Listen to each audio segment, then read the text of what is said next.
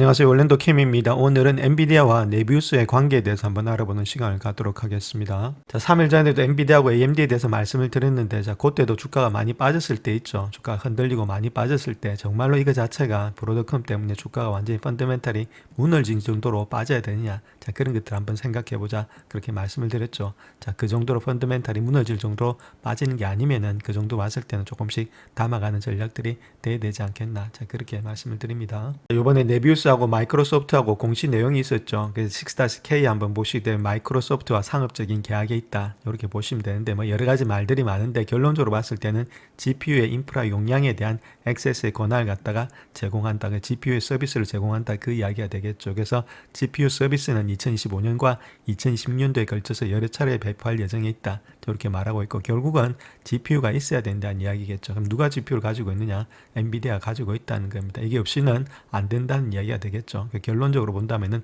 엔비디아가 수요를 받을 수밖에 없는 그런 입장에 있다. 저렇게 말씀을 드립니다.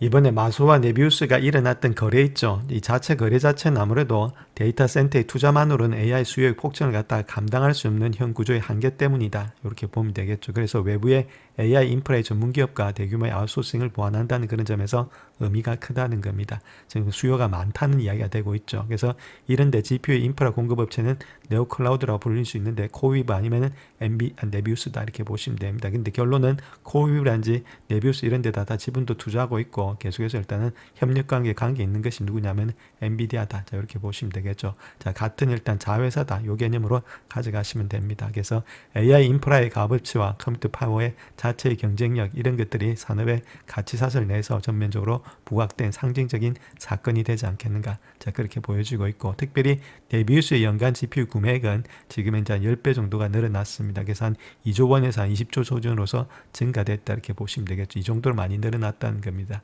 2024년도에 한 3억 달러 정도 했던 것이 지금은 20억에서 22억 달러까지 되고 있다. 그래서 전체 AI 클라우드의 인프라용 GPU 수요의 5에서 한 10% 이상을 갖다가 네비우스 그 다음에 마이크로소프트가 거래의 단일 공급량에서 지금 견인을 하고 있다. 자, 그만큼 일단 수요가 계속해서 폭증을 하고 있다. 이렇게 말씀을 드립니다. 자, 다음 엔비디아와 네비우스의 관계에 대해서 한번 알아보겠습니다. 자, 그 관계가 일어났던 이유는 아무래도 AI 수요의 실질적인 관계 맺음의 핵심이 있는데 그건 GPU 조달의 폭발적인 확대다. 수요가 많아서 GPU가 많이 필요했다는 거겠죠. 그래서 네비우스는 2024년도 말에 자금 조달을 한 7억 달러 정도 했는데 그 자금의 상당 부분을 갖다가 엔비디아의 최신 GPU 그래서 100, 200, H200, 그 다음 B200, 블랙웰 이런 것들을 샀다는 이야기가 되겠죠. 데이터 센터 확장을 위해서. 또한 이러한 파트너십에 있어서는 단순히 고객과의 관계가 아니고 전략적인 결합 관계를 가지고 있다는 겁니다. 즉 엔비디아는 네비우스에다가 직접적으로 투자를 했다는 거죠. 그 지분을 가지고 있다는 겁니다. 자, 그렇다면 엔비디아 네비우스 주가가 올라갔다는 것은 엔비디아 주가가 당연히 올라가는 것이 정상이겠죠. 또한 네비우스는 엔비디아 인셉션 액 프로그램의 파트너이고 블랙웰의 GPU 유럽이라든지 중동 최초 도입의 기업 중에 하나가 되고 있다. 이렇게 밝히고 있고 또한 레퍼런스 플랫폼의 엔비디아 클라우드의 파트너의 지위를 보유하고 있다. 상당히 전략적인 결합 관계가 되고 있다. 그 이야기입니다. 또 스타트업 대상인 AI 리프트 프로그램을 갖다 운영하고 있고 자, 네비우스의 글로벌 확장이라든지 이런 것들의 플랫폼을 동시에 출시했다는 거겠죠.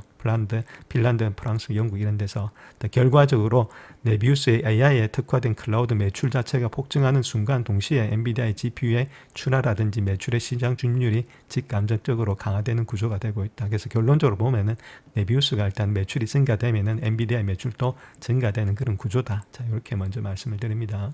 자, 그래서 네비우스와 엔비디아의 공급망의 관계를 한번 분석해 볼 것 같으면 네비우스, 그 다음에 TSMC의 파운드리, 엔비디아의 GPU 제조, 그 다음 네비우스의 클라우드 팜 구축 이렇게 되고 있는데 여기다 뭐 하나 더 얹은다면은 코웨이브도 같이 가겠죠. 자, 그로 인해서 데이터 센터의 확장이 엔비디아의 GPU의 공급량에 실질적으로 일단 의존이 되고 있다. 이렇게 보시면 되겠고, 자, 아무래도 지금 GPU 수급이 극심한 공급의 병목 현상을 겪고 있죠. 아무래도 딸린다는 겁니다. 그로 인해서 네비우스는 안정적인 대량으로 지금 이제 H100, H200 이런 것들, B200 이런 것들의 칩을 갖다 확보할 수 있는 몇 안 되는 파트너십을 체결하고 있다는 거겠죠. 또 엔비디아는 경쟁사인 코웨이브와 더불어서 네비우스 모두에다가 투자하고 있기 때문에 네비우스 주가가 올라간다든지 코웨이브 주가가 올라가면은 당연히 엔비디아 주가도 올라가게 돼 있다. 이렇게 말씀드릴 수 있겠고, 결론적으로 사다리 효과라든지 지배적인 진입 장벽을 구축하고 있어서 안정적인 하드웨어 공급에다가 소프트웨어 이런 것들을 연동을 강화하고 있기 때문에 실질적으로 상당히 일단 엔비디아의 시장 점유율을 빼앗기는 쉽지가 않다. 이렇게 말씀을 드립니다. 자, 엔비디아 매출과 네비우스 효과의 직접적인 반영이 있는데, 네비우스가 대규모 GPU를 구매로 인해서 단순 고객사의 수준을 넘어서 엔비디아의 실질 손익에 유의미한 기여를 하게 된 구조가 되고 있다. 이렇게 보시면 되는데, 구체적으로 네비우스가 계약기간 5년간에 엔비디아에서 직접 간접으로 구매하는 GPU 이런 것들은 10만에서 15만 대가 되고 있다는 겁니다. 연에 그만큼 많이 일단 갖고 갔다는 거겠죠. 자, 그로 인해서 단일 고객 기준으로 봐서라도 AWS, 구글이라든지 콜리브 등에 이어서 엔비디아의 데이터 센터 매출의 글로벌 탑5 안에 근접하는 비중을 확보하고 있는 것이 네비우스가 되고 있다. 그런 가운데 있기 때문에 엔비디아의 실적 보고에 있어서 컨퍼런스 콜, 어닝콜에서 이야기했던 내용이 네비우스, 코위버 이런 것들은 AI 네오 클라우드와서 더불어서 신유형 공급망의 동맹을 갖다가 하고 있다. 이렇게 공식적으로 언급을 했다는 거죠. 그래서 서로 동맹과의 관계다. 한마디로 일단 자회사 관계다. 자, 그런 식으로 했기 때문에 이쪽에다 다 지분도 투자하고 그렇게 되고 있겠죠.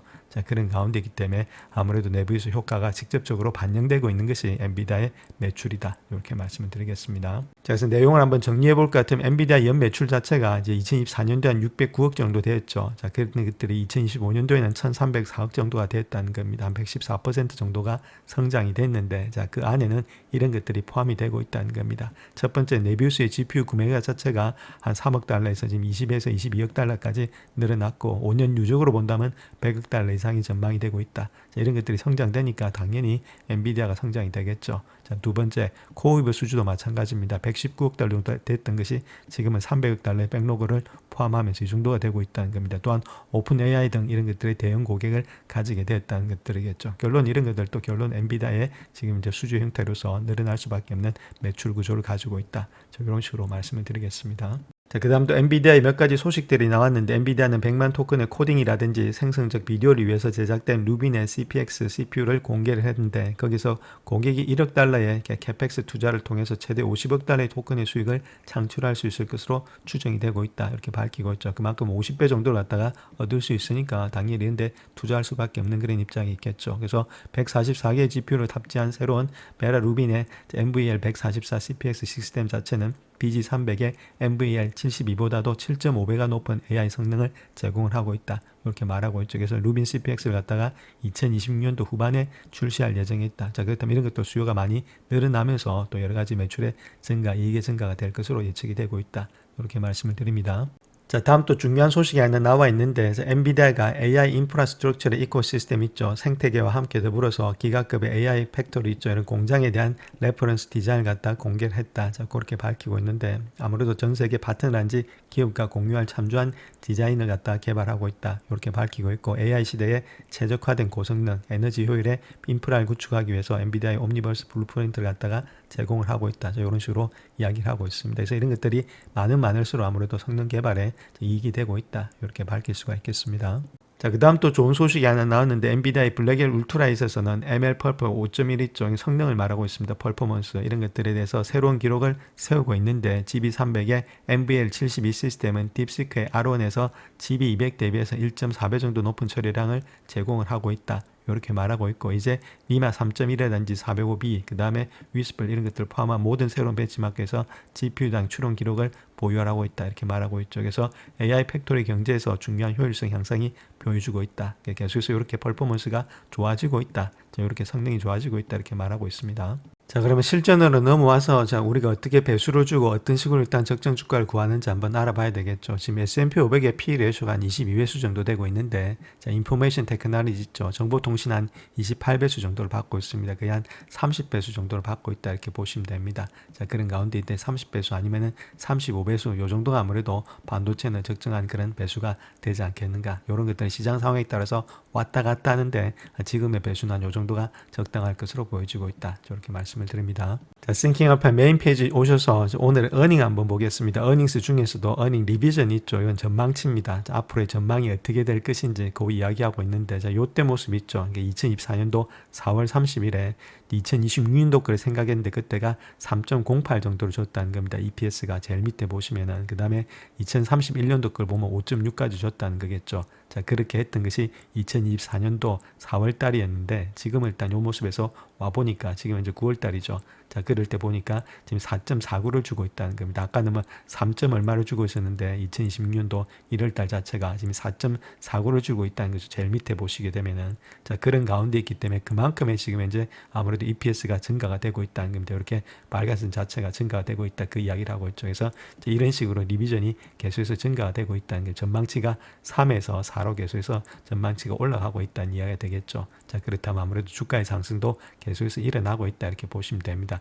자, 만약에 전망치가 이렇게 나타나지 않고 내려간다 이러면 아무래도 배수가 일단 높게 줄 수가 없는데 전망치가 상당히 높게 되고 있다는 그 이야기를 하고 있죠. 그래서 이런 데서 본다면 2026년도에 지금 이제 아무래도 EPS는 한 4.49, 그 다음에 2027년도가 6.43 정도, 34 정도 되고 있는데, 자, 여기서도 지금 이제 4.49 정도 되고 있지만은 계속해서 전망치가 높아지고 있기 때문에 가면 갈수록 계속해서 이런 것들이 5가 될 수도 있겠고 6이 될 수도 있다는 이야기겠죠. 자, 그런 가운데 있기 때문에 배수를 더 많이 준다 하더라도 큰 문제는 없다. 성장이 없으면은 배수를 많이 못 주는데 성장이 많기 때문에 배수를 많이 줄 수가 있다. 저렇게 먼저 말씀을 드립니다. 자, 그래서 현재 EPS를 한번 본다면 4.49 정도 주고 있고 2017년도는 6.34까지 주고 있죠. 4.49까지 주고 있는데 밸류에이션 한번 보시게 되면 이게 밸류에이션에서 우리가 봐야 될 것이 P 레이쇼 난객 기준으로 봤을 때죠. 자, 포홀드 기준으로 37배수 정도 주고 있는데 물론 섹터 평균은 상당히 적습니다. 그럼에도 불구하고 5년치는 한 46배수까지 주고 있다.